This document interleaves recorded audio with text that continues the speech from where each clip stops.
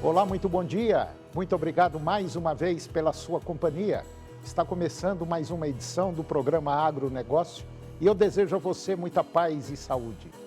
E no programa de hoje nós vamos falar do mercado da soja, mercado esse importante para a economia do país. Eu vou conversar com Vinícius Júnior, ele é consultor técnico do IFAG e nós vamos falar sobre o mercado da soja, custos de produção da soja. Vamos falar também de conectividade no setor agropecuário, um tema pontual e que ganha espaços interessantes no mundo da internet. Vamos comentar de dinheiro, vamos falar da taxa Selic e financiamento ao setor agropecuário. E você vai ver como está o mercado da carne de tilápia, que ganha mercado muito rapidamente. O programa Agronegócio já está no ar.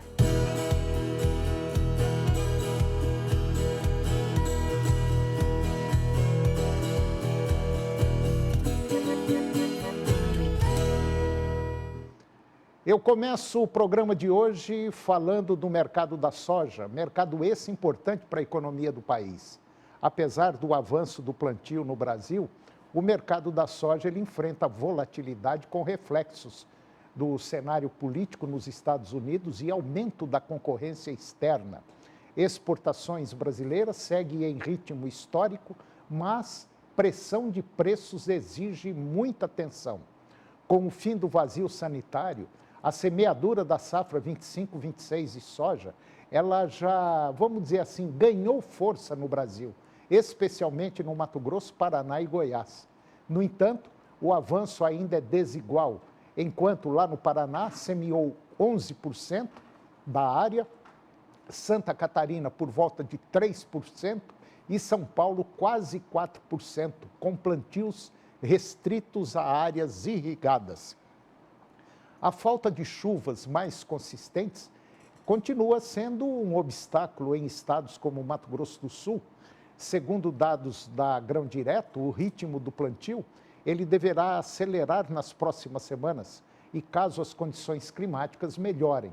No entanto, há uma preocupação com o impacto do fenômeno Laninha, que pode reduzir ainda mais as chuvas e comprometer o desenvolvimento das lavouras nos próximos meses.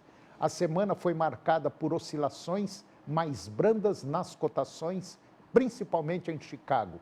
Aqui no Brasil, a queda de 0,19% do dólar, que encerrou cotado a R$ 5,33, ajudou a conter maiores impactos nos preços internos.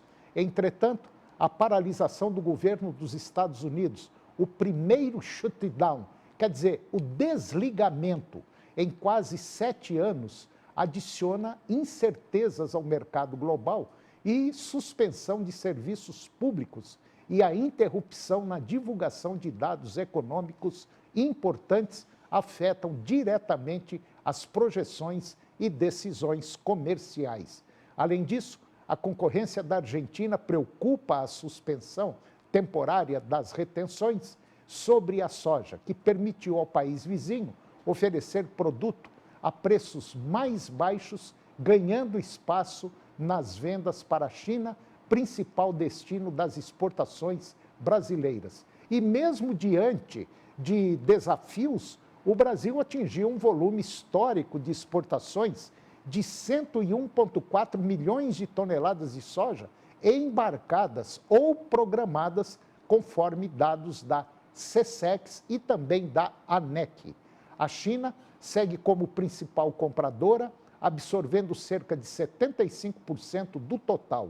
Apesar do desempenho, o aumento da oferta global pressiona os prêmios pagos pela soja brasileira, resultando em queda nos preços internos e a combinação de câmbio instável e demanda aquecida, porém mantém o mercado em alerta, especialmente com as negociações entre Estados Unidos e China previstas para as próximas semanas. Com um cenário internacional sensível e o plantio ainda limitado em algumas regiões, o mercado da soja deve manter postura cautelosa. a estabilidade das cotações em Chicago pode ser compensada pela variação cambial, enquanto o comportamento climático no Brasil será determinante para o potencial produtivo da safra. E agora vamos comentar de conectividade no setor agropecuário, um tema pontual e que ganha espaços interessantes. Um levantamento inédito da Conecta Agro revela que apenas 28% da área irrigada por pivôs centrais no Brasil conta com acesso à internet 4G ou 5G e apenas 13% desses equipamentos estão totalmente conectados. O estudo evidencia a disparidade entre a mecanização agrícola e a infraestrutura digital disponível, mesmo em regiões altamente produtivas. Minas Gerais, Bahia e Goiás concentram as maiores áreas irrigadas, mas apresentam baixos índices de cobertura, enquanto São Paulo, Ceará, Paraíba se destacam em conectividade. Segundo dados da Embrapa, o Brasil possui hoje 2,2 milhões de hectares irrigados por pivôs centrais, um aumento de quase 300 mil hectares em relação a 2022. O extremo oeste da Bahia superou o noroeste de Minas Gerais como o maior polo de irrigação e municípios como São Desidério, Bahia, Paracatu, Unai, Minas Gerais, lideram em extensão irrigada. Mais de 70% da irrigação está concentrada no Cerrado e o Pantanal ainda não utiliza essa tecnologia. A especialista Paola Campiello, que é presidente da Conecta Agro, ela disse que a falta de internet limita o aproveitamento do potencial da irrigação moderna, prejudicando a eficiência no uso da água, redução de custos e sustentabilidade. Experiências bem-sucedidas em Jaguaribe, no Ceará, e Petrolina, Juazeiro, em Pernambuco e Bahia, demonstram que é possível unir irrigação intensiva e digitalização para aumentar a produtividade e a inovação. A conectividade rural é a chave para viabilizar a agricultura de precisão, ampliar a eficiência no uso da água, garantir rastreabilidade e abrir novas oportunidades de desenvolvimento social e econômico. Conectar o campo é condição indispensável para que o Brasil consolide uma agricultura cada vez mais inteligente, sustentável e competitiva no cenário mundial. E agora eu vou comentar de dinheiro, vamos falar da taxa Selic e também de financiamento ao setor agropecuário. Com a taxa Selic mantida em 15% ao ano, o crédito rural se tornou mais caro e escasso, exigindo maior planejamento financeiro de produtores e empresas do agronegócio. Segundo dados da Confederação da Agricultura e Pecuária do Brasil, a CNA, e também do CPEA, o setor representa 23,2% do PIB nacional em 2024, mas enfrenta retração no financiamento entre julho e agosto deste ano. Foram liberados 86,4 bilhões de reais em crédito, uma queda de 31% em relação ao mesmo período do ano anterior, conforme o Banco Central. O cenário expõe a vulnerabilidade financeira de pequenas e médias propriedades que dependem de crédito para manter a produção diante do custo elevado dos financiamentos, e especialistas recomendam renegociar dívidas, revisar contratos e reforçar controles sobre custos e fluxo de caixa para evitar desequilíbrios.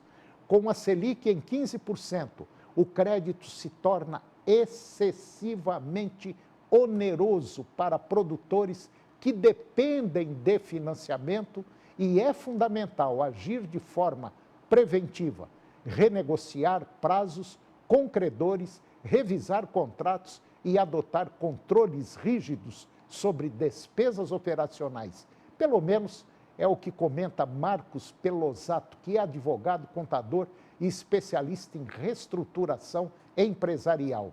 Entre as principais ações sugeridas estão renegociar com prazos com credores, ajustar cláusulas de indexação, monitorar despesas operacionais com indicadores de eficiência, diversificar fontes de créditos, como o uso de certificados de recebíveis do agronegócio, e buscar apoio técnico preventivo em gestão financeira e jurídica. A expectativa é de que o cenário de juros altos persista até 2026, mantendo o crédito caro e pressionando o setor. Mesmo assim, o agronegócio tende a seguir crescendo acima da média do PIB, com vantagem para quem adotar estratégias de gestão antecipadas e maior disciplina financeira. A Selic só deve recuar em 2026, mantendo o crédito caro até lá. A inadimplência tende a aumentar se não houver renegociações estruturadas, mas o agronegócio deve seguir crescendo acima da média do PIB.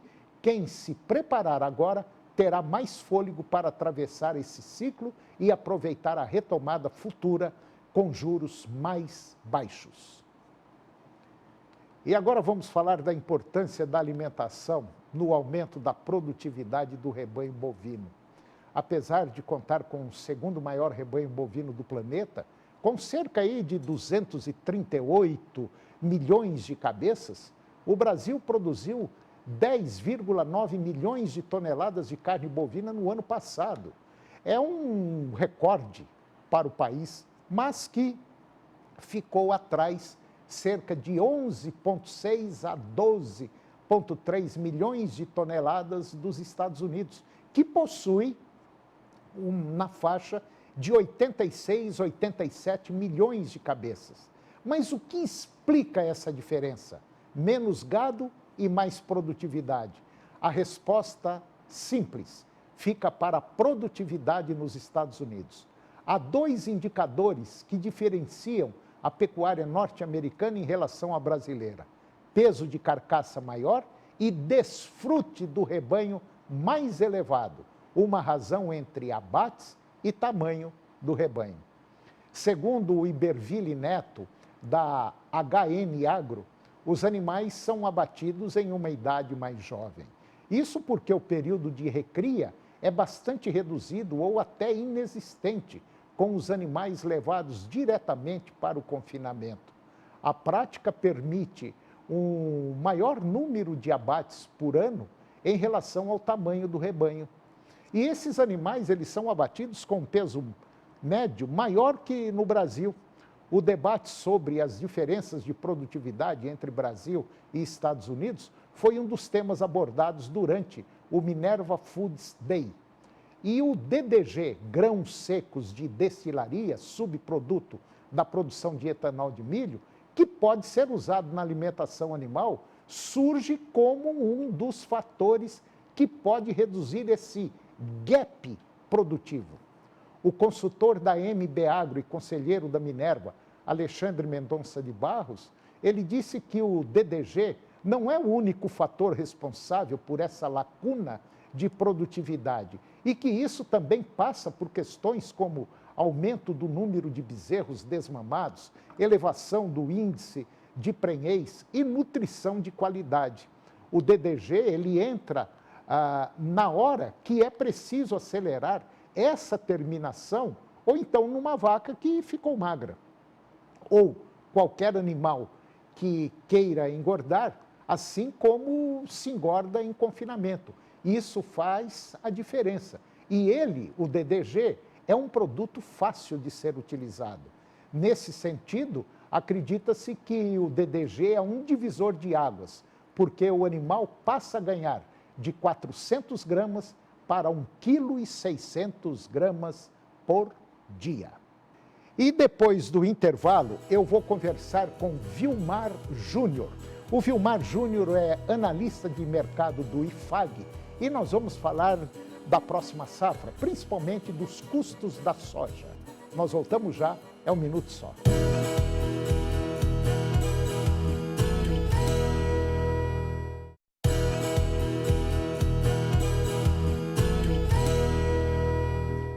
Nós estamos de volta e agora vamos falar de economia.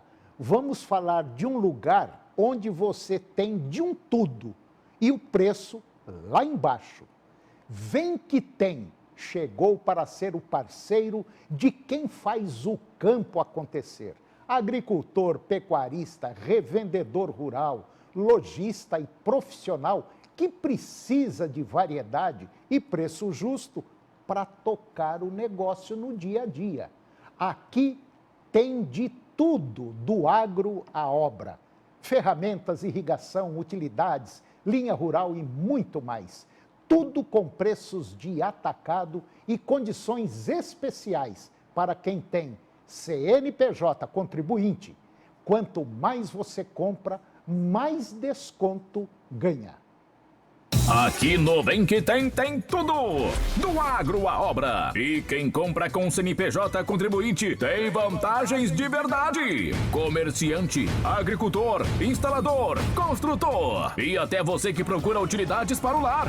Tudo que eu preciso para minha empresa, eu encontro aqui. Se você quiser montar o seu negócio, vem para Vem Que Tem. O Vem Que Tem é parceiro de quem constrói, de quem planta e de quem empreende. Aqui você compra bem, sempre com o menor preço. Vem pro Vem Que Tem! Vem Que Tem Atacarejo, na Perimetral Norte, pertinho do Passeio das Águas. Então, não perde tempo. Vem conhecer o Vem Que Tem Atacarejo e descubra um lugar feito para quem trabalha e produz. Fica na Perimetral Norte com a Eurico Viana, ao lado do Passeio das Águas Shopping e abre todos os dias. Vem Que Tem Atacarejo, o parceiro certo de quem planta, constrói e empreende. E agora eu vou conversar com Vilmar Júnior. O Vilmar, ele é analista de mercado do IFAG e nós vamos falar de um tema interessante. Nós vamos falar agora da próxima safra 25-26, principalmente da soja. E falar de uma coisa interessante, dinheiro, quanto vai custar? Será que vai dar resultado positivo? Vilmar Júnior, muito obrigado pela sua presença, muito bom dia, tudo bem? Oi, Toninho, bom dia a todos que nos assistem. É uma satisfação estar aqui novamente com você. É um prazer, Vilmar. Vilmar, nós estamos aí numa safra ligeiramente complicada, faltando dinheiro para investimento, o dinheiro está muito caro, nós estamos aí vendo aí se parece que vai chegar um laninha, vai dar uma complicadinha, vamos dizer assim, climatologicamente falando. Enfim, é uma safra meio complicada, né? Toninho, a gente saiu da safra 24-25 aí, né, com recorde de produção. Quanto à parte produtiva, não tem o que a gente reclamar, né, mas de fato, alguns produtores acabaram vindo para essa safra 25-26 um pouco mais, digamos assim, endividados, né? E aí a gente vem e depara agora com os custos de produção mais elevados, né? O que necessita uma cautela, ainda principalmente pensando agora nesse início aí, né? Trazer esse pensamento de soltar o plantio realmente na hora certa para não ter risco, né, de ter que replantar e aumentar ainda mais o custo. E a gente não cansa de falar aqui no programa que o setor agropecuário é um setor complicado, porque ele depende exclusivamente das condições climáticas, principalmente das condições climáticas. Tudo é a céu aberto. Plantar, a gente sabe que planta. Agora, colher, a gente não tem essa certeza absoluta. Por quê? Porque depende, vamos dizer, como diz todo mundo, do São Pedro. Agora, vocês aí do IFAG, aí do Instituto, aí o pessoal da FAEG, vocês estão fazendo um belo de um trabalho em relação a custos de produção. Me dá, assim, uma visão geral dessa parte de custo de produção. Bem, Tony, a gente tem, né, o acompanhamento aqui tanto das cotações diárias, né, que são as cotações dos grãos que a gente divulga ali no nosso grupo, e também esse trabalho de custo de produção, que a gente tem um acompanhamento aí desde antes de 2020 aí, e também em parceria com outros institutos como CNA e CPE, e a gente consegue ver que esse ano a gente está tendo uma relação de troca em torno de 55 sacas por hectare, pensando aí num custo operacional efetivo aí de quase R$6.000. Então, ou seja, só para pagar os custos ali, sem colocar em conta a depreciação, a remuneração do capital, o produtor já precisa desembolsar 55 sacas, né, da produção dele. Se a gente pensar em uma produção para Goiás, que fica girando em torno de 65 a 70 sacas, a depender das condições que a gente for ter aí para essa safra, já chega a margens muito apertadas, né? A gente está trabalhando aí com as menores margens dos últimos 5 anos. Pois é, aí nós estamos observando, por exemplo, você já entra devendo 55 sacas por hectare. Isso é o que o produtor vai deitar, colocar a cabeça no travesseiro e falar assim, meu Deus, eu já estou devendo 55 sacas. Se eu produzir, vamos lá, um exemplo, 56, eu estou ganhando uma saca. Quer dizer, é uma situação que o sujeito já está dormindo com a corda no pescoço. Exatamente, Toninho. Por isso que a gente sempre, né, traz esse cuidado, né, de fazer a gestão do risco, buscar as melhores parcerias para estar realizando as travas no momento correto, né, não deixar para assumir o risco da venda dessa soja, por exemplo, lá na frente, porque aí a gente vai colocar nessa balança aí ainda um cenário de possível queda de preços. Hoje a gente está falando uma relação de troca de 55 sacas por hectare a um preço de soja considerado a 110. Se esse preço lá para frente cair, aí a situação vai se tornar um pouco ainda mais complicada, né? Então, o produtor, de fato, ele tem que se tornar um empresário cada vez mais ligado aí nessas condições econômicas aí de mercado. Bom, quando você fala em 55 sacas por hectare, a média, Goiás, vamos dizer assim, Goiás, Mato Grosso, vamos botar nem tanto para lá, nem tanto para cá, umas 68 sacas, 70 sacas por hectare. Quer dizer, 70 sacas por hectare, e eu já devendo 55, eu já entro devendo 55, se eu produzir 70 sacas por hectare, que é um número até razoável. É a média histórica que a média histórica. Quer dizer, eu tenho 5 sacas a meu favor, 15 sacas a meu favor. É muito pouco, né? Acaba que se a gente começa a fazer conta, né, economicamente, para ver situação de margem de lucro, certamente a gente vai encontrar outras atividades que vai remunerar melhor o produtor. E nesse sentido a gente tem que parabenizar, né, nossos produtores, porque de fato é uma atividade de muito risco aí que não remunera tanto quanto às vezes o pessoal imagina, né? Então é a hora de você bater o joelho no chão, olhar para cima e falar, meu Deus, me ajuda porque o negócio está complicado. Está uma situação realmente apertadíssima para o produtor, né? Assim, graças a Deus, né, os analistas aí da parte de meteorologia estão trazendo para a gente que o cenário ele tende a uma neutralidade, então não tem, assim, muitos riscos climáticos que podem comprometer essa produtividade. Então, pelo menos nesse momento, olhando agora, a gente pode trabalhar que a produção a gente espera que será boa, né? Mas, de fato, o produtor ele tem que de fato, ajoelhar aí mesmo. Está trabalhando com a faca nos dentes, infelizmente. Vilmar, vamos torcer para que essas condições climáticas ajudem no campo, porque se não ajudar, pode ter certeza absoluta, a coisa vai ficar, infelizmente, feia. Eu torço e quero que dê certo. Vilmar Júnior, analista de mercado do IFAG, muito obrigado, mas muito obrigado mesmo. Foi um prazer tê-lo aqui e eu espero trazê-lo mais vezes, tá bom? Muito obrigado, Vini. Igualmente, Tony, muito obrigado. Estamos à disposição sempre. Obrigado. E o programa de hoje chegou ao fim. E eu termino o nosso programa com a seguinte frase: dê a quem você ama asas para voar, raízes para voltar e motivos para ficar. Muito obrigado pela sua companhia, que Deus os abençoe e até o próximo programa.